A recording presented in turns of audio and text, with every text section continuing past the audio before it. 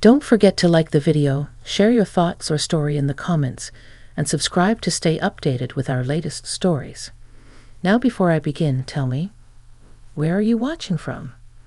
I'd love to know which cities and towns are joining me for this memory that stayed with me for years. It happened on one of those evenings that sneak up on you, the kind that looks ordinary until something shifts, and suddenly you're standing in the middle of a moment that ends up changing how you see things. I remember the air that night, soft, slightly cool, carrying that smell of freshly cut grass and rain that never quite came. My friend Laura had invited me over for dinner.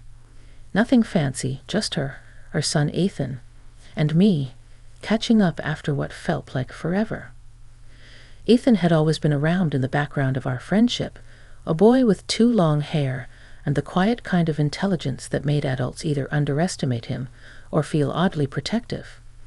But this time, he wasn't a boy anymore. When I walked into their living room, I realized he was grown, taller, broader in the shoulders, his voice deeper but still gentle. It startled me a little, the way time had folded in on itself. I still saw the kid who used to run around with chocolate on his face, yet there he was, 20-something and carrying himself like a man who'd been thinking about the world more than he probably should have at that age. Dinner was warm and noisy, the kind of evening where conversation runs easy. Laura talked about her garden, the neighborhood, a new recipe that went wrong. I laughed. I told her about work and how quiet my house felt lately. It was after dessert, though, when things started to slow down. Laura excused herself to take a call from her sister, leaving Ethan and me alone on the porch. The light was dim, just the glow of the porch lamp and the faint sound of crickets somewhere out in the dark. He sat across from me, a glass of lemonade sweating between his hands, and for a few minutes we didn't talk. It wasn't awkward, just quiet, easy. I remember watching the way he looked at the sky, like he was trying to make sense of something he couldn't quite name. Then he turned to me and said, "Can I ask you something?" There was something about the way he said it, soft, careful, that made me pause. I smiled and told him, "Of course, you can ask me anything." He nodded like he was trying to find the right words, and then asked a question that has stayed with me ever since. I won't repeat it yet, not because it was wrong or shocking, but because in that moment it wasn't really the question that mattered. It was the weight behind it, the quiet honesty, the way it came from somewhere deep inside him. I remember my heart giving this small, unexpected twist. It wasn't fear or discomfort. It was recognition. The kind of recognition that only comes when someone sees something in you that you didn't know was visible. We talked for a long time after that. About growing up, about loss, about how sometimes the people who guide us through the hardest parts of life aren't the ones we expect. There was a stillness between us, a space that felt safe, like neither of us needed to hide behind small talk anymore. When Laura came back, laughing about something her sister said, the air shifted again, lighter, normal. But I caught Ethan's glance, just for a second, and there was something unspoken there, something grateful and unsure all at once.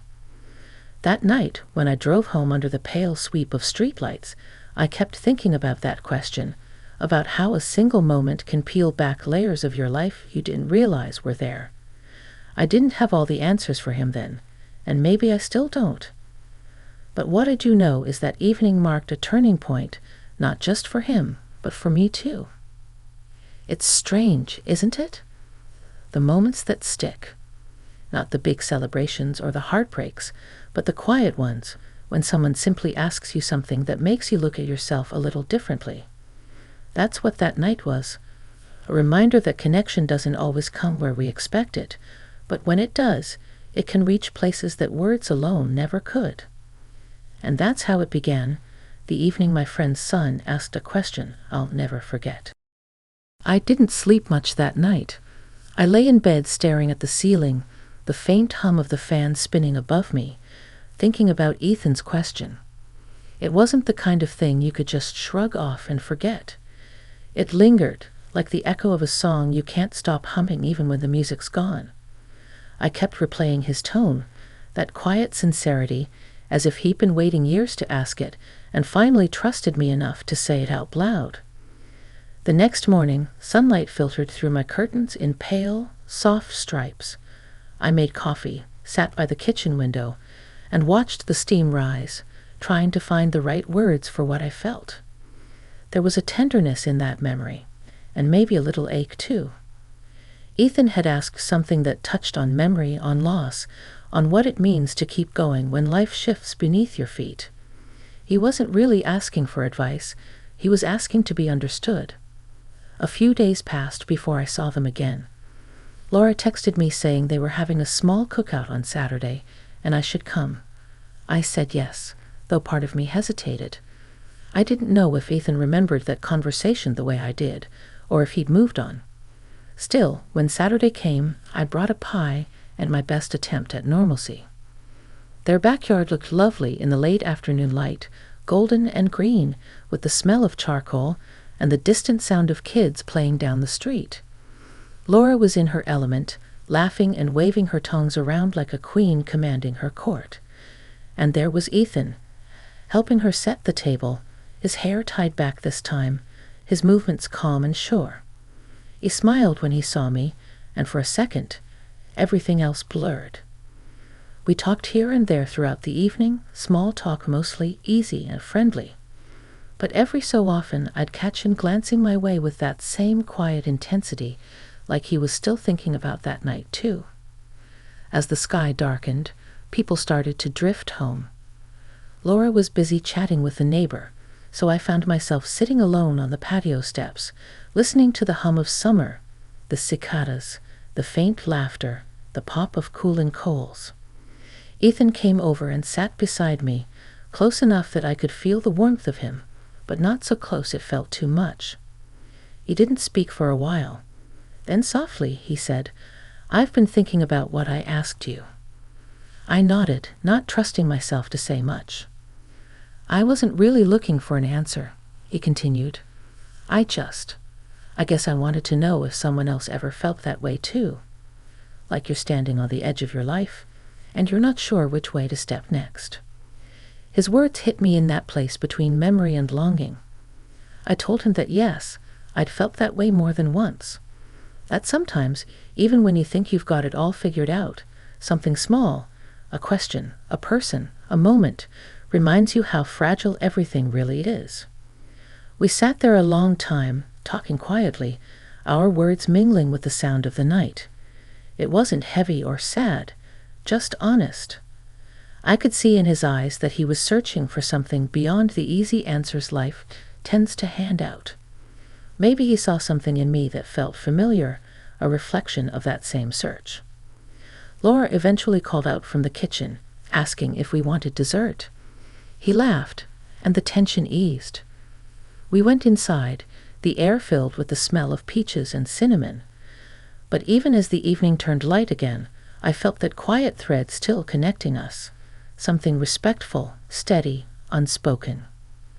Later, when I was driving home under a sky full of stars, I realized I wasn't thinking about his question anymore.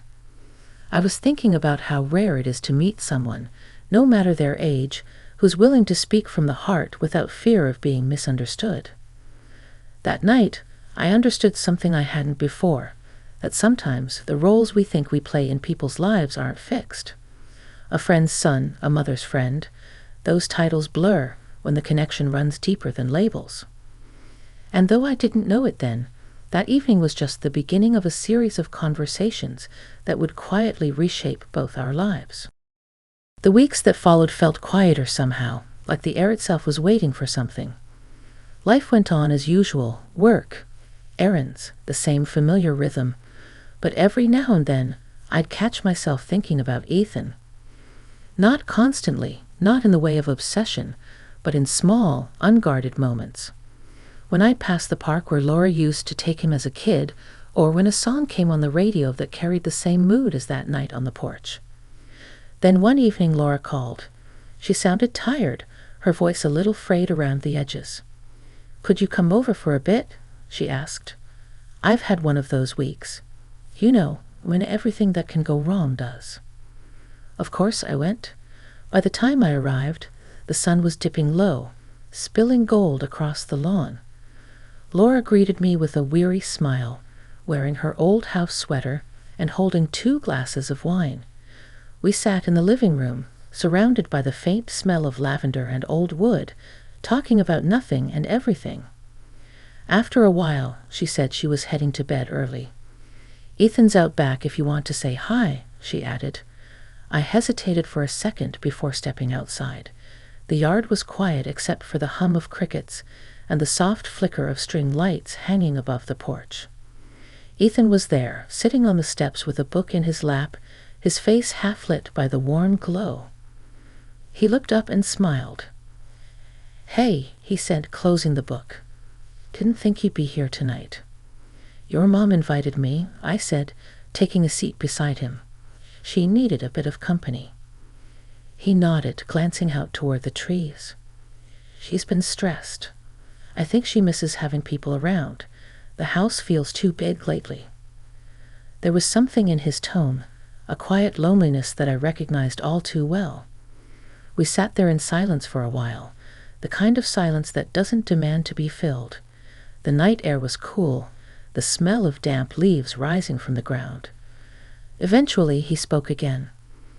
Do you ever feel like you've spent so much time taking care of other people that you forgot what you wanted for yourself? The question landed softly, but it carried weight. I took a slow breath, feeling it settle somewhere deep inside me. All the time, I admitted, I think most of us do. We get so used to being needed that we forget how to just be. He looked at me, then really looked, and there was something in his eyes. Understanding, maybe, or gratitude. That's exactly it, he said quietly. It's like we forget we're allowed to want things too. His words stirred something in me, something that had been sleeping for a long time.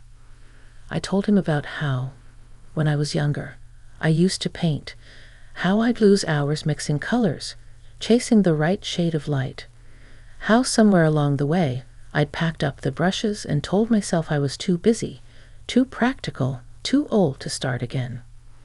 Ethan listened like every word mattered. You should do it again, he said simply. Maybe that's what's missing. It was such a small statement, but it felt like permission. And somehow it came from someone young enough to be my son, yet wise enough to see through the walls I'd built around myself. We stayed out there until the night grew deeper, until the moon hung high and the air turned cool enough for a light shiver to run through me. When I finally stood to leave, Ethan walked me to my car. He didn't say much, just gave me a small, knowing smile, the kind that says, I understand, without a single word. On the drive home, the world seemed softer, quieter. The streetlights blurred a little through the windshield, and for the first time in a long while, I felt something inside me begin to wake up. That night, I dug through the closet until I found my old box of paints. The lids were dusty, the brushes stiff, but when I opened a jar of deep blue and caught that faint, familiar scent, it was like being reunited with an old friend.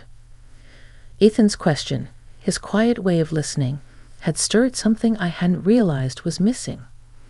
It wasn't about him, not entirely. It was about what he reminded me of, that no matter how old we get, it's never too late to rediscover the parts of ourselves we thought were lost. And though I didn't know it then, the next time we met, that rediscovery would take an unexpected turn, one that would challenge everything I thought I understood about connection and about myself.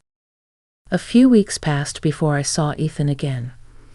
During that time, I found myself painting almost every evening. It started with small things, sunsets from memory, bowls of fruit that looked too stiff until I softened the edges, a few attempts at portraits that I never quite finished. But it wasn't about perfection anymore. It was about feeling something again, about color and light, and the quiet calm that came with putting something new into the world. One Saturday afternoon, Laura called to invite me to a small art fair downtown. "Ethan's helping out with the setup," she said. "You should come. It'll be good to get you out of the house." When I arrived, the park was buzzing with life.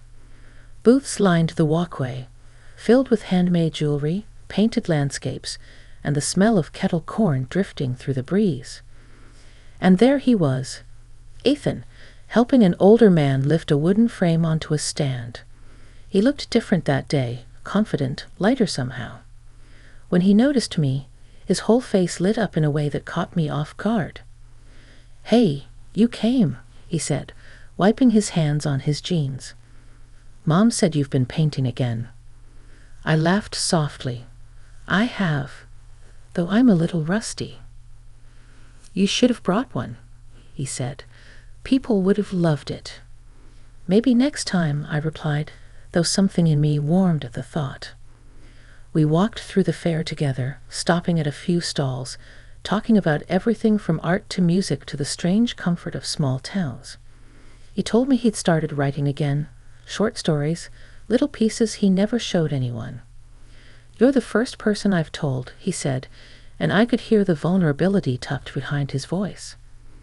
By the time the fair started winding down, the late afternoon sun had turned the sky a soft orange. Laura was packing up her table, chatting happily with a few other vendors. Ethan and I wandered toward the edge of the park, where a small pond reflected the colors of the sky. The world felt quiet there, the sounds of laughter fading into the distance. He sat down on the grass and patted the spot beside him. "I wanted to thank you," he said after a moment, "for listening that night, and for what you said about finding yourself again. I don't think you realize how much it helped me." I looked at him, at the sincerity in his eyes, and felt something tender rise in my chest. "You helped me too," I said. "You reminded me that life doesn't stop growing just because we get older. Sometimes we just need someone to ask the right question." He smiled, that quiet kind of smile that carries more than words. We sat there in silence for a while, the breeze rippling across the pond, a few leaves floating by like slow-moving thoughts. Then he said something I'll never forget. "Do you think people meet for a reason? Like certain connections are meant to wake us up, just when we need it most?" I took a deep breath before answering. "I do," I said softly. "Not because it's fate, but because sometimes the right people show up when our hearts are ready to listen." He nodded, looking out over the water. "That's what I think too." There was no tension between us, no need to define what that moment was. It was peaceful, deeply human, two people, generations apart, sharing something simple and real.